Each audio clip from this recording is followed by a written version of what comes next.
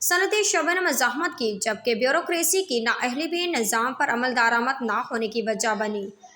Report میں بتایا گیا کہ لائسنس رکھنے والی کمپنی کے ناتجربہ کار بھی نظام پر عمل درآمد نہ ہونے کی وجہ ہے، جبکہ رپورٹ میں یہ بھی انکشاف ہوا ہے کہ ٹریک اینڈ ٹریس سسٹم مقامی صنعت کی صورتحال کو سمجھے بغیر نافذ کیا گیا تھا۔ پی ٹی آئی دور میں نافذ FBR track and trace system fraud قرار، وزیر اعظم کا تحقیقات کا اعلان۔